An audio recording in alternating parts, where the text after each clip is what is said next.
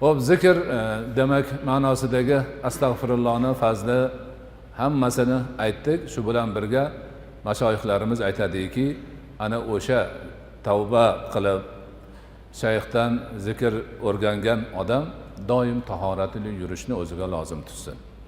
O'zi bu bor narsa, lekin shu ruhiy tarbiya ilmida alohida ta'kidlanadi. Doim tahoratli yursin. Ertalab turib bomdodga tahorat qildimi, qachondir tahorati ketdi. Yana darhol qilsin. Yana ketsa, yana qilsin. Shunda umri doim poklik bilan o'tadi.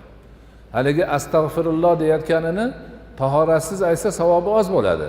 Tahoratli aytsa savobi ko'p bo'ladi. Qur'on tilovati ham shu. Boshqa zikrlar ham shu. Boshqa ishlar ham shu. Tahoratli yurishni o'zi ham savob. Shuning uchun ko'pchilik buni bilib qilib yuradi, lekin hozir eshitayotganlarga aytamizki, kelinglar, bugundan, hozirdan boshlab mana shuni o'zimizga vazifa qilib olaylik. Qachon tahoratimiz ketsa, darhol orqasidan tahorat olaylik va kecha bugun aytganimizdek astag'firullohni ixlos bilan aytib boraylik.